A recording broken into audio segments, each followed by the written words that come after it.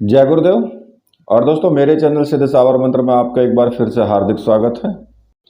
और देखिए, इस चैनल पर मैं आपके लिए बहुत सी कहानियाँ लेकर के आता रहता हूँ और उनमें से कुछ सत्य घटनाएं भी होती हैं। तो आज भी मैं आपको जो कहानी सुनाने जा रहा हूँ वो भी एक सत्य घटना है। अब मेरा आपसे निवेदन है कि जिन लोगों ने चैनल को सब्सक्राइब नहीं किया है वो चैनल को सब्सक्राइब कर लें और साथ में ही बेल के बटन को भी प्रेस कर लें, ताकि जो भी मैं लेटेस्ट वीडियो डालूं उसका नोटिफिकेशन तुरंत मिल जाए और आप उस वीडियो को देख पाएँ। और दूसरा, मैं आपसे रिक्वेस्ट करूंगा कि वीडियो को आप पूरी देखा करें, तभी आपकी समझ में भी आएगी पूर्ण रूप से कहानी। तो देखिए, ये जो घटना है, ये घटना लगभग 20-22 साल पुरानी घटना है। एक लड़का था महेंद्र, जिसकी नई नई एक नौकरी लगी थी। महेंद्र लगभग 21 वर्ष का था और लंबा, मजबूत, गोरा और आकर्षक एक युवक था। शक्ति और हिम्मत भी उसमें भरपूर थी। रोज कसरत करता था, दौड़ लगाता था। उसकी दिनचर्या का एक ये हिस्सा था। जॉब के कारण उसने फैक्ट्री के पास ही एक छोटे से कस्बे में किराए पर मकान लिया हुआ था। महेंद्र अकेला ही उस घर में एकदम अलग बने हुए कमरे में रहता था। कुछ दिनों से महेंद्र को एक एहसास हो रहा था कि कोई उसका पीछा कर रहा है। कोई अनजान, अदृश्य साया उसको अपने आसपास वो महसूस करता था। कभी ऐसा लगता था जैसे रास्ते में कोई नहर से उसकी साइकिल के पीछे बैठा है, और मंदिर के कुछ पहले वो उतर जाया करता था। मंदिर उसके कमरे के थोड़ा सा पहले ही सड़क के पार था, जहाँ एक पीपल का पेड़ था और जहाँ लोग पूजा पाठ भी करते थे पीपल के पेड़ की। तो महेंद्र को कई बार नहर से अपने कमरे तक आते हुए लगता था कि भाई कोई तो है जो उसके साथ चलने वाला है।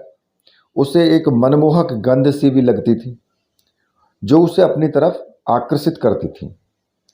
जब महेंद्र को इसकी आदत सी हो गई, इसकी अनुपस्थिति अब न जाने क्यों महेंद्र को बेचैन सी करने लगी वो चीज़।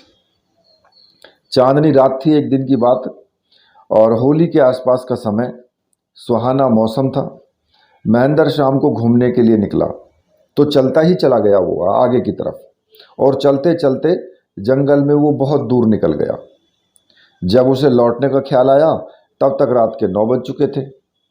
अब महेंद्र कमरे की तरफ लौट ही रहा था, पर न जाने क्यों उसके कदम नहर की ओर जो मुड़ गए और वो बेख्याली से नहर के रास्ते पर चलने लगा। अचानक उसे लगा कि पीछे से कोई आवाज़ दे रहा है कि रुको, इधर आओ मेरे पास। एक मधुर मुस्कान सी, एक स्वर जो ऐसा होता है ना, कोमल सा स्वर, उसके कानों में संगीत की तरह वो गूंज गया। अब महेंद्र ने पलट कर देखा तो दूर नहर के पास उसे एक स्त्री की झलक दिखी जो स्वर्ण आभूषणों से लदी हुई थी, और वो बिल्कुल जैसे लग रही थी दुल्हन का एक लाल जोड़ा पहने हुए थी। बिल्कुल दुल्हन सी लग रही थी। उसने अपने जो लंबे बाल थे उनको खोल करके चेहरे पर ऐसे फैला रखे थे कि बस उसकी आधी आधी चमकती आंखें और थोड़ा सा गाल का हिस्सा ही नजर आ रहा था। अब चांदनी रात में उसका हद से ज़्यादा गोरा जो रंग था वो दूर से ही दमक रहा था। कौन है ये, और ऐसे दुल्हन बनी सजी धजी इस वीराने में रात के वक्त? महेंद्र ने ये खुद से सवाल किया। तभी उसके कानों में आवाज़ आई कि आओ न, रुक क्यों गए? महेंद्र के कदम न जाने क्यों उस तरफ, उस आवाज़ की तरफ सुन करके जो है वो बढ़ने लगे। उसके कानों में एक मधुर हंसी की आवाज़ गूंजती हुई उसे सम्मोहित सा कर रही थी कि ये क्या। अचानक महेंद्र के कदम रुक गए। वो एकदम से ठिठक गया। ये 20 गज का नहर का फासला, और उसके 20-30 गज ऊपर सड़क पर वो महिला। लेकिन महेंद्र तो आधा घंटे से उसकी तरफ चल रहा है। महेंद्र के दिमाग ने झटका खाया कि छलावा है ये, भ्रम है, धोखा है। क्या है ये? महेंद्र का दिमाग घूम गया और वो तेजी से वहां से लौट पड़ा। उसने लगभग दौड़ सी लगा दी लेकिन उसे वो साया लगातार पीछा करता हुआ महसूस होता रहा। उसने भागते हाँफते किसी तरह मंदिर पार किया और पीपल को हाथ जोड़े। उसके बाद महेंद्र अपने कमरे में लेटा हुआ रात भर उसके विषय में सोचता रहा। अब नींद ने जैसे उसकी आंखों में आने से मना ही कर दिया था। उस बात को कुछ दिन बीत गए। अब महेंद्र लगभग उसे भूल चुका था। उसे लगा कि उस रात वो उसका कोई एक डरावना सपना था। अब गर्मी शुरू होने वाली थी। मई की शुरुआत थी। दोपहरी कुछ तपने सी लगी थी। ऐसे ही दोपहर में कोई 1-1:30 बजे महेंद्र साइकिल से नहर के किनारे बहुत तेजी से लौट रहा था। अभी वो नहर किनारे पहुंचा ही था कि तभी उसे लगा कि कोई नहर से निकलकर अचानक उसके सामने आ गया।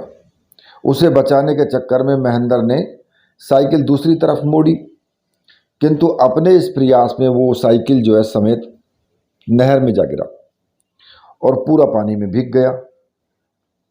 अपने गिरने पर उसने किसी का हंसने का स्वर जो था वो स्पष्ट सुना। नहर से बाहर निकल करके महेंद्र ने अपने कपड़े उतार कर धोए और उन्हें सुखाने के लिए घास पर वो फैलाकर नहर में नहाने लगा। अब मई की दोपहर में उसे नहर में नहाना बहुत अच्छा लग रहा था। नहाने के दौरान महेंद्र ने एक बार नहर के किनारे लघु शंका यानी कि मूत्र त्याग भी किया। लगभग 1 घंटे बाद वो घर लौट आया। अब रात के कोई 12 बजे का समय था। महेंद्र वेद प्रकाश शर्मा का जो उपन्यास था चैलेंज, उसे ख़त्म करके उसके पात्रों में खोया हुआ था कि वास्तव में अंतिम पेज में पहले कातिल का पता लगाना मुश्किल है। तभी उसे लगा कि उसके सामने कोई खड़ा है। महेंद्र ने झटके से आंखें खोल दी। अब लैंप की मध्यम रोशनी में उसने देखा कि वही नहर वाली औरत। अब वो बड़बड़ाया कि नहीं नहीं, ये कैसे हो सकता है, वह तो उसकी बस एक कल्पना मात्र थी। महेंद्र चौंक कर अपनी आंख मसलने लगा। महेंद्र ने अपनी आंखें 2-3 बार कस के बंद की और आंखें मसल करके उन्हें बार बार देखा। अरे ये तो सच में है, महेंद्र पुनः चौंक कर बोला। वह औरत सामने खड़ी हुई मुस्कुरा रही थी। महेंद्र को एकदम से हतप्रभ सा देख करके और आंख मलते हुए देख करके वो हंसते हुए बोली, मैं सपना नहीं हूँ जी, सच में आपके सामने खड़ी हूँ। कौन हो तुम? महेंद्र हकलाते हुए बोला। मैं मोहिनी हूँ। उसकी खनकती आवाज़ एकदम से गूंजी, जिसमें हंसी की मधुर खनक घुली हुई थी। लेकिन मैं तो आपको नहीं जानता, महेंद्र ने घिघियाते हुए कहा। खूब जानते हो, पिछले कई महीनों से जानते हो। अक्सर साथ ही तो होते हैं हम दोनों, लेकिन उस दिन शाम को मेरे बुलाने पर भी आप 2 कदम बढ़ा करके मुझे छोड़ करके भाग आए। उसने उल्हाना सा दिया। नहीं तो मुझे तो याद नहीं, महेंद्र ने कुछ घबराते हुए से कहा। अच्छा जी, कितनी आवाज़ दी थी मैंने, कितनी रोकने की कोशिश की थी आपको, लेकिन आप तो ऐसे हवा होकर के भागे जैसे मैं आपको खा जाती। मैं तो आपके पीछे भी दौड़ी थी, लेकिन पीपल के देवता से डर करके लौट गई थी। मुझे उनसे बहुत डर लगता है, उसने उदास होते हुए बताया। महेंद्र चुपचाप उसकी बात सुन रहा था। और आज तो हमने जी भरकर नहर में स्नान किया और सच बहुत अच्छा लगा आज आपके साथ, वह लाज से लाल होकर के बोली। क्यों, आज नहीं रोका तुम्हें पीपल देवता ने? महेंद्र ने भय से पीला पड़ते हुए पूछा। नहीं, अब वो मुझे नहीं रोकेंगे।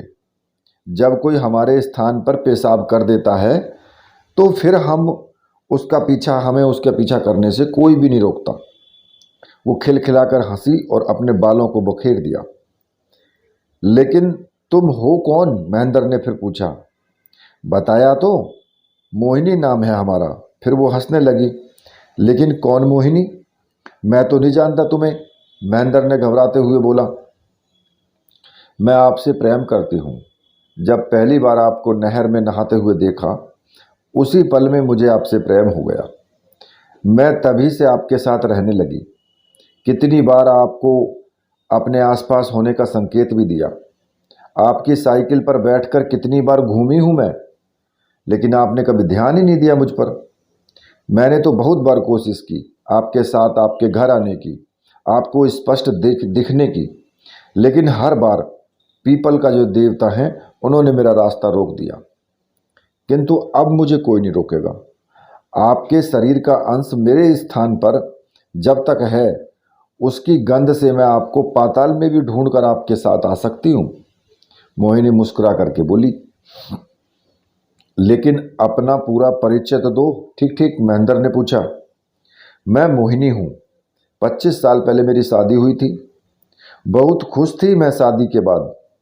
रात में मैं अपने पति के साथ ससुराल जा रही थी गाड़ी में।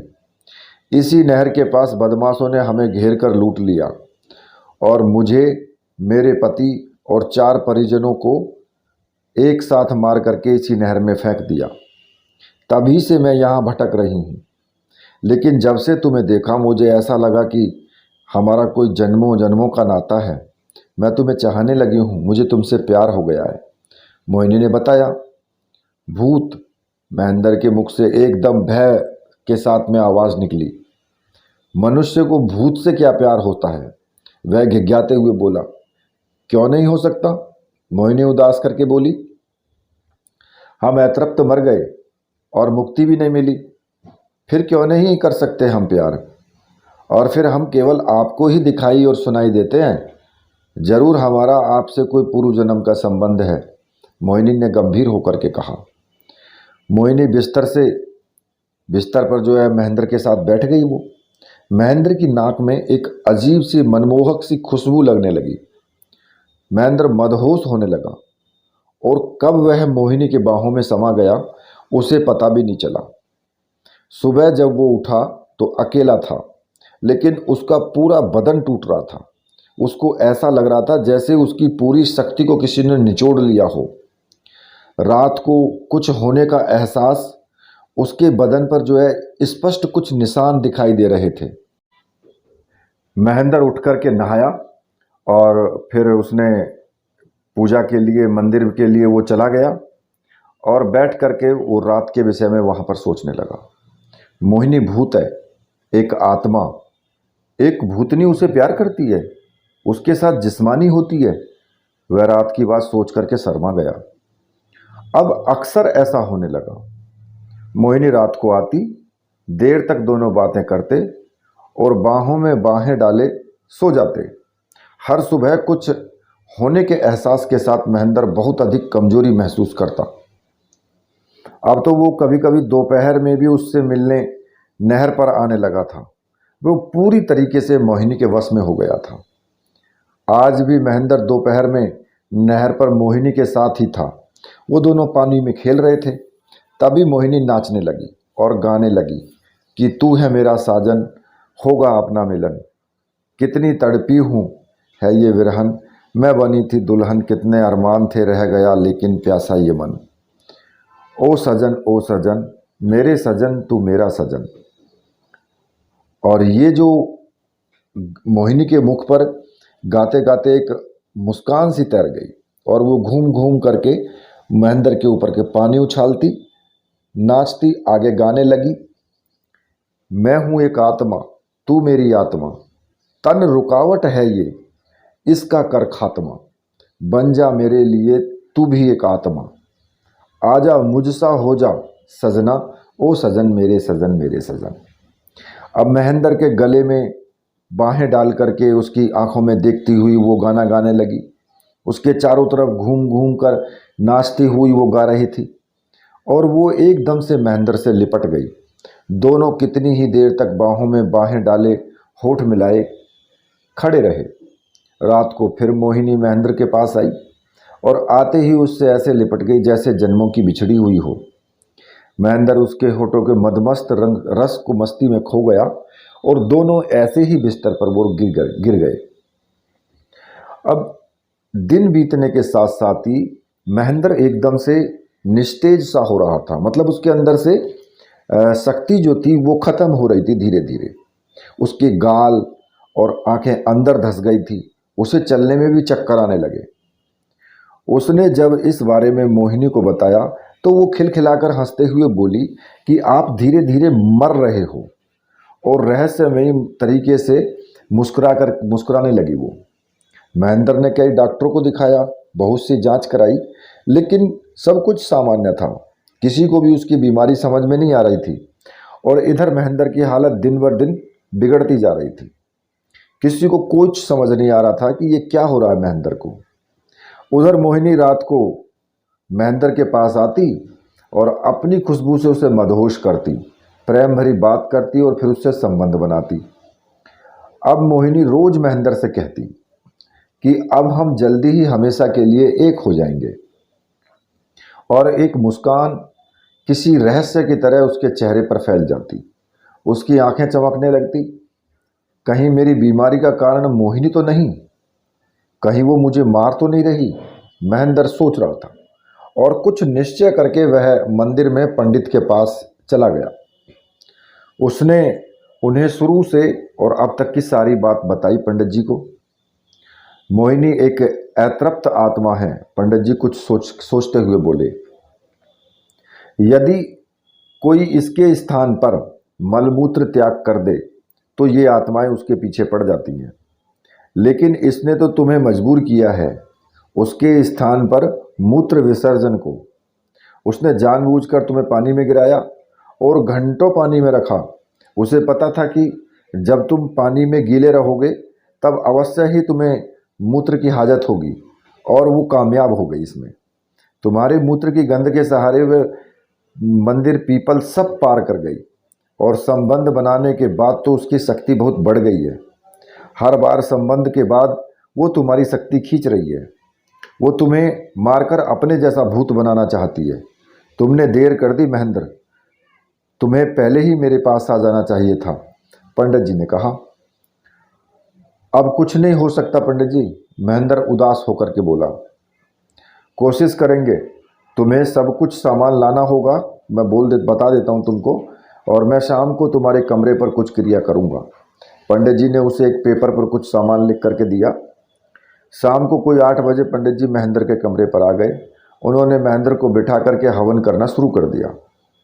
अभी 8-10 आहुतियाँ ही डाली होंगी कि अचानक ऐसे लगने लगा जैसे भूकंप आया हो। सारा मकान हिलने लगा, धड़ धड़ की आवाज़ें आने लगी। तभी एक चीख गूंजी वहाँ पर कि नहीं, रोक दो ये क्रिया पंडित, नहीं तो तेरे लिए अच्छा नहीं होगा। महेंद्र मेरा प्रेमी है, मुझे इसे अपने साथ ले जाने से कोई नहीं रोक सकता। अचानक एक जोर की हंसी गूंजने लगी। उसकी सर्द लहर से इन दोनों के रोंगटे खड़े होने लगे। तभी सामने परात जोर जोर से घूमने लगी जैसे दिवाली की चरखड़ी घूमती है, और एक हंसी की आवाज़ आई, ले जाऊंगी मैं महेंद्र को अपनी दुनिया में, कोई नहीं रोक पाएगा मुझे।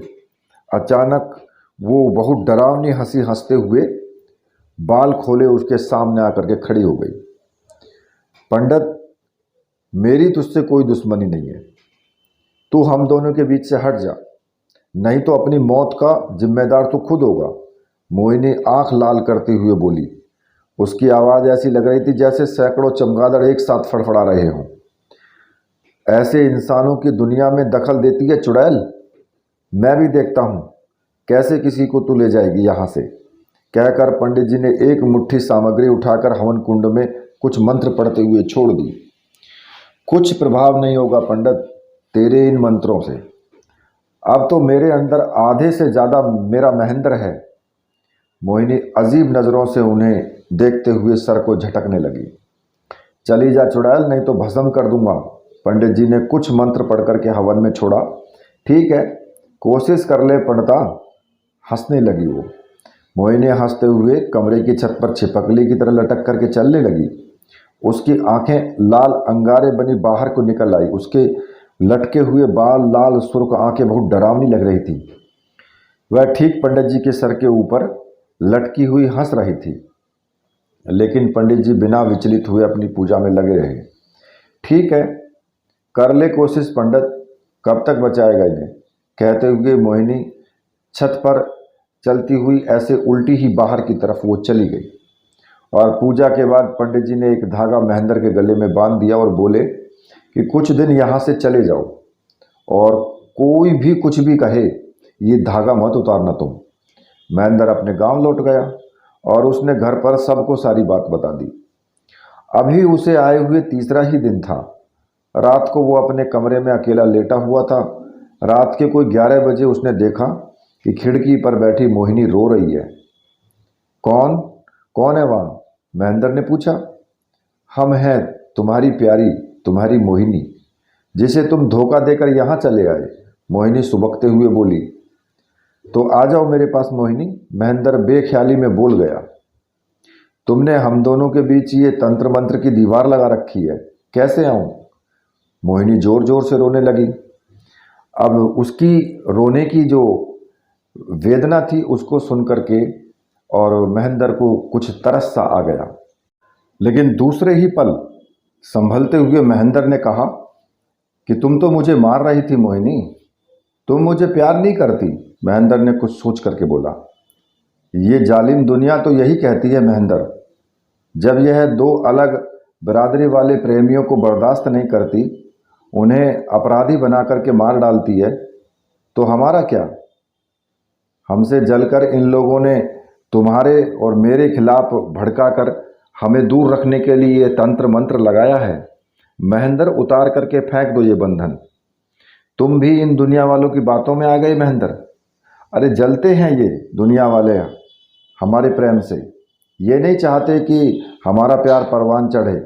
तोड़ दो ये धागा महेंद्र, मिल जाने दो मुझे तुम में, और बहुत मैं अधूरी हूँ, मैं तुम्हारे बिना मर रही हूँ, मैं विरह में जल रही हूँ, तड़फ रही हूँ, कह करके मोहिनी जोर जोर से रोने लगी। महेंद्र ने कुछ देर सोचा और धीरे से बोला, फिर मेरे बदन की ये कमजोरी मैं सब ठीक कर दूंगी। एक बार ये धागा उतार कर आजमा कर देख लो, अगर फिर भी मुझ पर यकीन ना आए तो पहन लेना, फिर मैं कभी नहीं आऊँगी। मेरा विश्वास करो मेरे सजना, मुझे भी आपकी बीमारी, ये जो बीमारी है, ये कमजोरी देखी नहीं जाती, इसलिए इस बंधन के रहते मैं चाह कर भी आपको अच्छा नहीं कर सकती। उतार दो इसे। मोहिनी अपने आंसू पोंछते हुए बोली, क्योंकि मोहिनी ने त्रिया चरित्र चल रच दिया था पूरा। महेंद्र पर न जाने उसकी बातों का क्या असर हुआ। उसने वो धागा अपने गले से उतार करके और वो मेज पर रख दिया और अपनी बाहें फैला दी। मोहिनी मुस्कुराती हुई उसकी बाहों में सिमट गई और महेंद्र के होठों पर होठ उसने रख दिए। महेंद्र उसके होठों का रस पीने लगा, जिससे उसके जिस्म में एक अनोखी शक्ति का संचार होने लगा और उसकी नस नस में जोश आने लगा। अब कैसा लग रहा है मेरे प्यारे? मोहिनी ने मुस्कुराकर पूछा। अब तो मैं एकदम ठीक हूँ और सारी कमजोरी भी खत्म हो गई, महेंद्र ने उसे बाहों में कसते हुए कहा। मैं तो आपको हमेशा ही खुश देखना चाहती हूँ, लेकिन ये दुनिया वाले। मोहिनी मुस्कुराकर उसके बालों में उंगलियां घुमाती हुई उसके होठों पर जीभ फेरने लगी, और जिससे महेंद्र ने मुंह खोल करके अपने मुंह में समेट लिया और फिर काम से उसका रसवादन करने लगा। उस दिन के संसर्ग में महेंद्र को बहुत अधिक आनंद आया। उसे लगा कि सामान्य से बहुत अधिक आनंद, और बिल्कुल जिस तरह झरने की तरह उसके अंदर से फूट पड़ा लावा, उसकी संपूर्ण शक्ति के साथ और मोहिनी के अंदर वो समा गया। उसी के साथ ही महेंद्र की आंखें मूंदती चली गई, वो निस्तेज होकर के लुढ़क गया और मोहिनी कुटिलता से हंसी हंसती हुई गायब हो गई। सुबह जब महेंद्र देर तक नहीं उठा तो उसके परिजन चिंतित होकर उसे उठाने गए। उन्होंने देखा कि महेंद्र पलंग के नीचे उल्टा पड़ा हुआ है और उसके गले का धागा सामने मेज पर पड़ा है। उन्होंने उठाकर महेंद्र को पलंग पर लिटाया। महेंद्र बेहोश था और बड़बड़ा रहा था, मोहिनी मेरी प्यारी, तुम ही मेरा सच्चा प्यार हो, मुझे छोड़कर मत जाना। उसका पूरा बदन सफ़ेद हो रहा था, जैसे किसी ने उसका सारा खून चूस लिया। उसके पिताजी समझ गए कि भूतनी यहाँ भी आकर अपना काम कर गई। अब उन्हें जल्दी ही कोई कदम उठाना होगा, अन्यथा लड़के को बचाना मुश्किल हो जाएगा। महेंद्र के पिताजी तुरंत दौड़ गए और पता करते करते एक बाबा से मिले, जो ज़्यादातर विंध्याचल पर्वत की गुफाओं की साधना में लीन रहते थे। रतन सिंह जी ने बाबा विंध्यनाथ जी को महेंद्र की सारी हालात बताते हुए भूतनी की सारी करतूत बताई। बाबा जी तुरंत उनके साथ चलाए और महेंद्र को देखते ही बोले, बहुत कम समय है बच्चे के पास, एक मिलन और। हाँ, बस एक मिलन दूर है भूतनी अपनी कामयाबी से और महेंद्र अपनी मौत से। बहुत चालाक आत्मा है वह। उसने महेंद्र को त्रिया चरित्र दिखा करके उसका रक्षा सूत्र दूर करवा दिया और पूरी शक्ति से इसके प्राणों को खींचने की कोशिश की। अब बस वो एक कदम दूर है हमसे, हमें समय रहते हुए ही कुछ करना पड़ेगा। बाबा जी विचार करते हुए बोले, अब क्या करें महाराज? महेंद्र के पिताजी ने हाथ जोड़कर पूछा। ये बच्चा जहाँ नौकरी करता है, हमें वहाँ जाकर उन पंडित जी से मिलना होगा जिन्होंने इसे रक्षा कवच दिया था। चलो जल्दी इसे यहाँ से ले चलो, बाबा जी उत्तेजना में बोले। महेंद्र को लेकर उसके पिताजी बाबा वेंद्रनाथ जी और रतन सिंह के दो भाई 2-3 घंटे गाड़ी से जो है लगे टाइम और उसके कमरे पर आ गए। रतन सिंह जी दौड़कर मंदिर के पंडित जी को बुला लाए। सारी कहानी सुनने के बाद पंडित जी बोले, वे तो बहुत बुरा हुआ, ये तो इसे वो धागा नहीं उतारने को मना किया था मैंने। अब तो उसकी शक्ति मेरे सामर्थ्य से कहीं अधिक बढ़ गई होगी। क्या आपके पास कोई योजना है बाबा जी? पंडित जी उदास होकर के बोले, अब तो बस एक ही रास्ता है। बाबा जी विंध्यानाथ जी ने कुछ सोचते हुए वो बोले कि ये सामान मंगवाओ जल्दी। उन्होंने कागज़ पर कुछ लिखकर रतन सिंह जी को देते हुए कहा, पंडित जी क्या आप वो स्थान जानते हैं नहर का, जहाँ इस आत्मा का स्थान माना जाए, जहाँ महेंद्र ने लघु शंका की है? उन्होंने पूछा। जी पंडित जी। पंडित जी ने जवाब दिया, ठीक है, अब मेरी बात ध्यान से सुनो। बाबा जी ने उनको कान में कुछ कहा। इधर रतन सिंह जी जल्द से अपना उनका सारा सामान लेकर के लौट आए। बाबा जी ने आटे और उड़द की दाल को मिला करके और एक स्त्री का पुतला बनाया और कुछ पूजा करने लगे। पंडित जी भी उनके साथ मंत्र पढ़ करके आहुति देने लगे। कोई 2-3 घंटे की पूजा के बाद बाबा जी ने महेंद्र से उस पुतले की मांग भरने को कहा। तो हो गई प्राण प्रतिष्ठा पूरी। अब हमें इस पुतले का विधि विधान से अंतिम संस्कार करके मोहिनी की आत्मा को मुक्ति दिलानी होगी, बाबा जी ने कहा। और उस पुतली की अर्थी सजवाकर नहर के पास ले आए, जहां एक चिता पहले से ही तैयार थी, जो पंडित जी ने बाबा जी के कहने पर कुछ आदमी भेज करके बनवा दी थी। रखो पुतले को चिता पर, बाबा जी बोले और फिर कुछ मंत्र पढ़ने लगे। पुतला चिता पर रखते ही बड़े जोर की आंधी चलने लगी। नहर का पानी जोर जोर से उछलने लगा और वातावरण में एक विषैली हंसी गूंज उठी। पछताओगे तुम लोग, कोई नहीं बचेगा। यहाँ तुझे समझाया था मैंने पंडित, मोहिनी जोर से चीख कर बोली और अचानक इनके सामने आकर के खड़ी हो गई। उसकी आंखों से जो अंगारे बरस रहे थे, क्रोध में चेहरा लाल हो रहा था। लेकिन हम तो तुम्हें मुक्ति दे रहे हैं, बाबा जी ने कहा। चुप। मोहिनी हंसना बंद करके एकदम गुस्से में चीखी, मैंने कहा तुमसे कि मुझे मुक्ति दिलाओ, फिर तूने इस बच्चे को क्यों पकड़ा, इसे क्यों मार रही है? बाबा जी ने कड़क करके बोला, प्यार करती हूँ मैं इन्हें और ये भी मुझे चाहते हैं। आप लोग तो बेकार ही हमारे बीच में आ रहे हो।